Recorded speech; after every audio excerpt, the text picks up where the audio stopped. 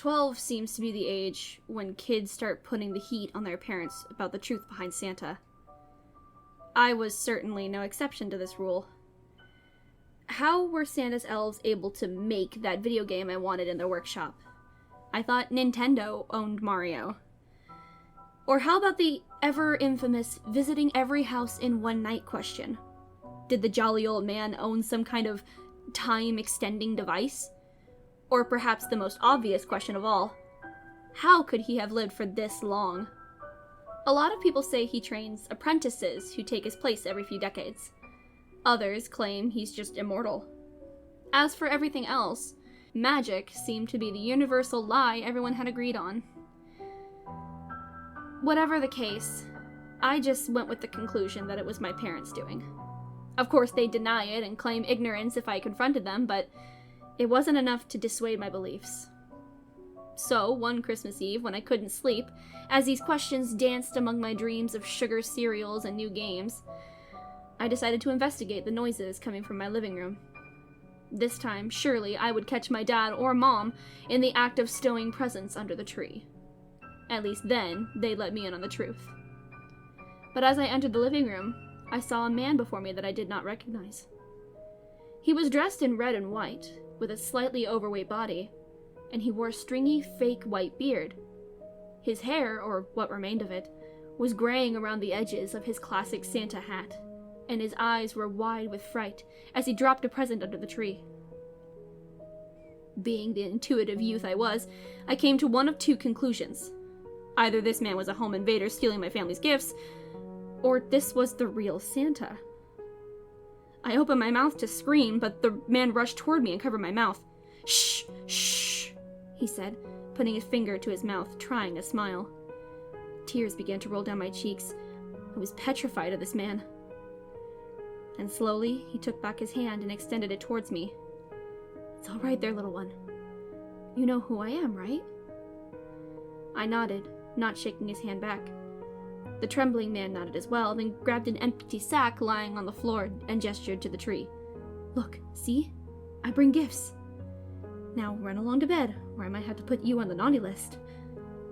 He started drifting towards the deeper, hearty voice stereotypically associated with Kris Kringle, but I wasn't fooled.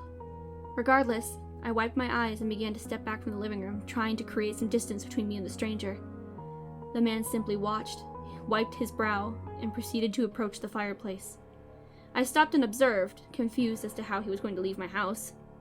But a blast of green flames erupted from the chimney and the man fell back to the floor. I couldn't see his face, but I'm certain it was twisted in fear like my own. A massive, bony hand spawned from the fire, and the arm that followed was draped in raggedy fur.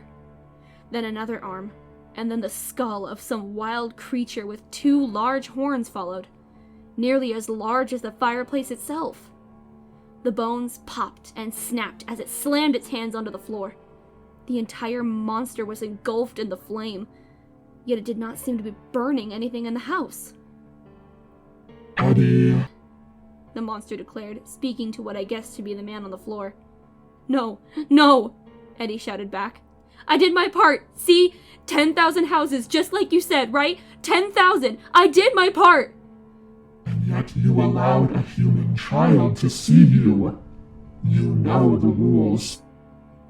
Look, I've learned my lesson. I'm sorry. I made a mistake. Just let me go, please. I delivered all the— "Let you go? Did you let that woman go, Eddie? I don't seem to recall you letting her go. This was your second chance, and you've wasted it." "What are you going to do?" Eddie whispered. I could make out his quaking figure being overshadowed by the creature in the fireplace. The next sound to be heard was a crunch with a soft beginning and a snapping finish.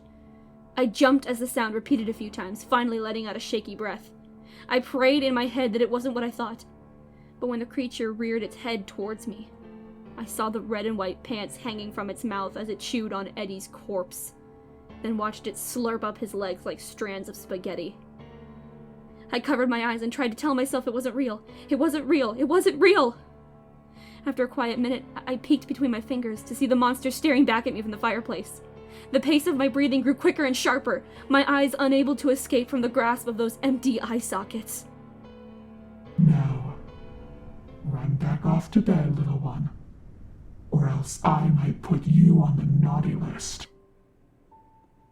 My legs finally found the strength to leave, and I sprinted from my parents' room, diving into the sheets with them. There wasn't a trace of the events of the night before when my family went down to the tree the next morning. There was even a little note next to an empty glass and a half-eaten cookie on the table. "Have a Merry Christmas, S. Claus."